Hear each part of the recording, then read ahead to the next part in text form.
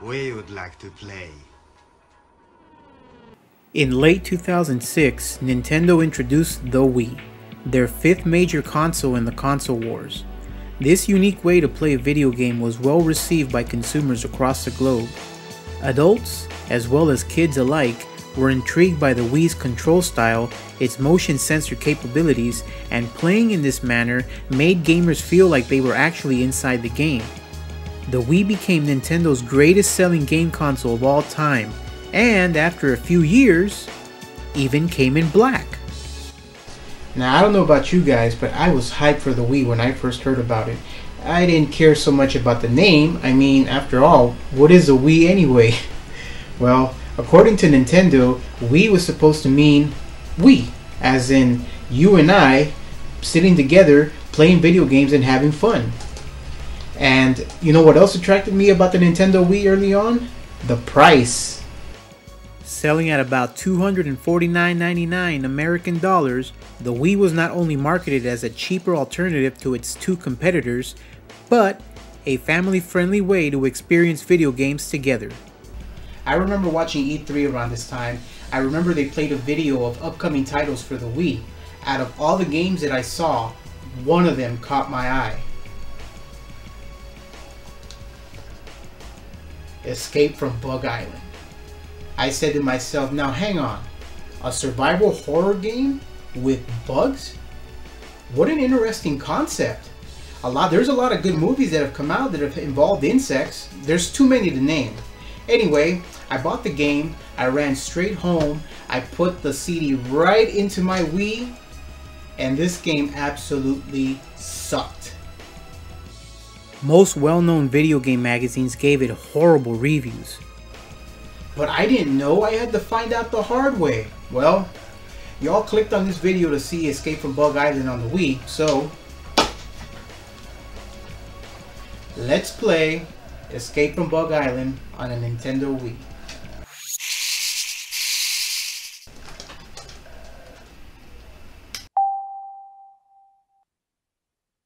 So here's the game, and what do you think?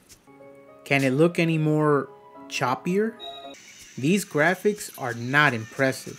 This is not the kind of game you want to introduce to showcase the capabilities of a brand new console. So you play as Ray, who goes to Beelzebub Island with his friends, Michelle, a bug enthusiast who loves bugs and isn't afraid to grab them, and Mike, a show-off and self-proclaimed Casanova who grew up with Ray. I don't know what you're talking about. Ray hates bugs, but is in love with Michelle, so he agrees to go to the island with the intent of confessing his love to Michelle. Seems like your interesting story, except there is a grave issue here.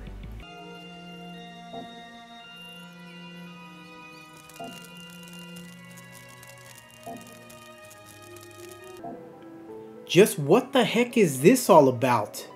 Why do some cutscenes have voiceovers and others don't? You're telling me you couldn't have the voice actors dub over all the lines in this game? Instead, they relied on text only? This is one of the very first games available on the Wii. It's considered a next generation console, and they choose to go text-related cutscenes as opposed to have voiceovers in all of the cutscenes.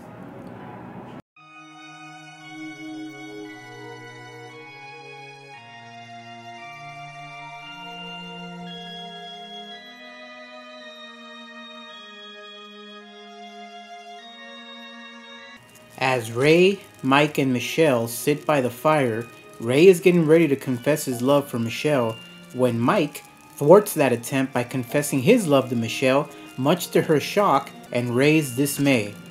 Michelle and Mike decide to go for a walk to shake off the excitement. Ray sits there waiting, realizes they've been gone a minute, and decides to look for them. That's how our story begins. So Ray can attack in two ways, with melee weapons and throwing items. At first, you start off with a measly little stick and gradually begin to find stronger weapons, such as a steel pipe, a claw from a mantis, and even a lance. You're able to collect rocks in the game by finding big rocks and loading up there. I'm amazed that you can have as much as 99 rocks at one time. Also, it seems like the big rocks you find can provide you with an unlimited supply of rocks in the game. You also find sandbags, grenades, and ant bombs, which I'll talk about later. You swing the melee weapons by holding down the B button on the Wiimote and swinging it.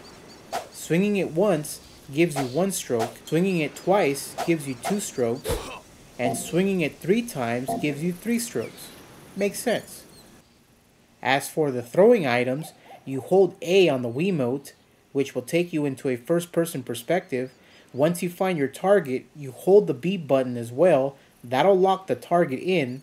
Then, swing the Wiimote and Ray will throw whatever item you've selected.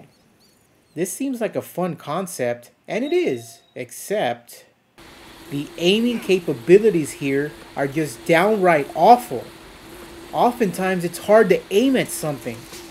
With a name like Escape from Bug Island, you'd be wise to assume that your enemies mostly consist of bugs. Praying mantises, crickets, spiders, flies, and giant apes? Yep. Every once in a while this dude shows up and you have to do battle with him. You use various fruits and mushrooms for your health. You also use a can of spinach? Huh? Doesn't that seem quite odd? You're in an island, so having to use mangoes, oranges, and mushrooms makes sense, right? Doesn't a can of spinach seem so out of place? I mean, who does Ray think he is? Popeye?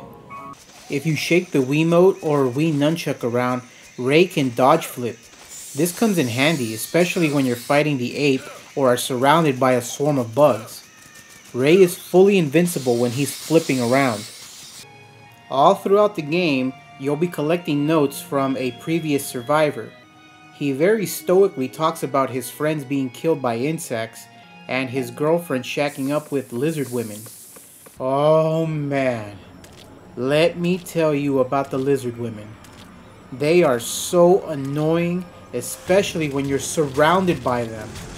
Every time you swing at them, they lunge and seize you, so you have to move the Wiimote and Nunchuck around to escape their grip. They are probably the most annoying enemies in this entire game. After you pass a level, you'll get a results screen, and you'll notice that there is a section at the bottom for bonus conditions. I've been told that these bonus conditions have something to do with the overall ending of the game. The more you do, the better your chances are of getting the good ending. You save your progress by either finishing a stage or by using candles. Sometimes candles are burned off, so you use a lighter that you find somewhere in the game to light the candles and be able to save your progress. As you progress in the game, you'll meet other characters, and not surprisingly, they all meet untimely deaths. If you get lost in the game, don't worry. Just walk around and look for the pulsating yellow dot on the map and go towards that destination. The bugs seem to be attracted to your flashlight, so if you turn it off, they'll leave you alone. But look at this! I turned off the flashlight and can you guys actually see anything? I can barely make anything out. But if you want to keep the bugs off you, you're forced to turn off your flashlight. When you get to the river, you have to deal with these frogs. Just chuck a few rocks at them, because if you try to hit them with a melee weapon, they'll just jump on you and inflict a lot of damage. There are areas here where you have to balance yourself on a tree or poles. You have to use the Wiimote to keep yourself steady. You do this by keeping the cursor in between the yellow areas. If you're off by a bit, Ray starts to lose his balance, so you have to keep that cursor steady. If you mess up here, Ray falls and you have to try all over again. So as you progress even further in the game, you'll eventually find Mike and Michelle being attacked by a giant spider. By the time you get there, Michelle has been knocked unconscious and Mike and the spider are hanging by a thread. You throw a few rocks at the spider, then you get a cutscene of Mike and the spider falling into the river. After that, you're ambushed by lizard women in a cabin. You find a barn with a locked door, So once you find the key, you open the door and it'll lead you to a sandy area where you're attacked by a giant worm. The giant worm ends up killing 2 other people, so Ray runs into a cave. In this cave, you meet the ugliest enemy in this entire game. I mean, like, ew, man. They're called man canines in the game, and they are a pain to kill. Trust me when I tell you, you're going to spend a good amount of time in this cave whether you want to or not. Your frustration meter is going to go through the roof because you're going to be constantly bombarded by all the animals that call this cave home. Even if you turn off your flashlight, it won't help. Enemies will still attack you, and since the light's off, you can't really see where you're going. So my advice, keep the light on. When you finally make it out of the cave, you appear outside a temple where it's crawling with mantises. Find the egg sac where they're growing out from and chug some rocks at it to destroy it. Otherwise, you're just going to have to deal with all the mantises. You find a stone plate that you will use as a key to open a door and trigger a cutscene of Michelle being awakened by one of those apes. You have to run out there and save Michelle by fighting that ape again. He's not so overly difficult, so just do what you gotta do. Man, this ape has such a generic monster scream. After you kill the ape, you enter the Cave of Time to look for Michelle. Once you save her from some bugs, there's a cutscene of Ray and Michelle. Ray and Michelle try to exit the cave, but are attacked by the main monster in the game. The monster seems to kill Michelle and push Ray into the event horizon of the Cave of Time. So, is he dead? Michelle! Not really. Ray awakens right back at the beginning. You find out later that the Cave of Time can send someone back to the past to fix that which was broken. So now you have to play the game back from the beginning. The only difference is, it's a lot easier because you have stronger weapons. You also notice that the interactions with the previous characters are different. You can actually save them now. Also, you end up getting a handgun, which you'd think would make the game easier, right? No. The gun is hard to aim, and it does very little damage to enemies. Look how hard of a time I'm having trying to kill these lizard women. Escape from Bug Island is the only game I've ever played where melee weapons are better than regular guns. So this time you actually save Mike from the spider. The sandworm doesn't kill Lynn and Robert.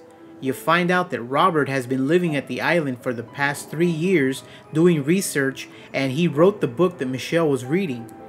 Robert also informs you that the gases in the island have been affecting the bugs, which is why they've grown so large in size.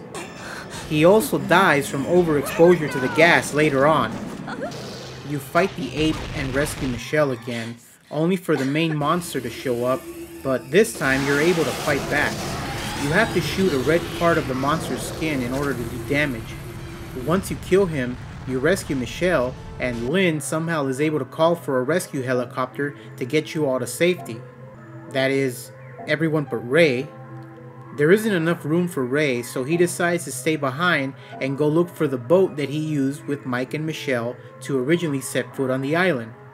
But as fate would have it, Robert mutates into some sort of fly and finds Ray, and the final battle begins.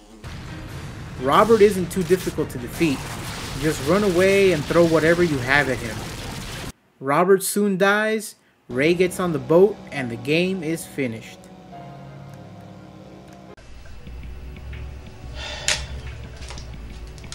So, in conclusion, Escape from Bug Island on the Wii is terrible. Granted, it's not the worst game out there, but it really isn't worth your time. The graphics are choppy, the characters are forgettable at best. This is not a very good game. Do yourself a favor and stay away from it. I'm Sledge of God, this was your review, see you next time.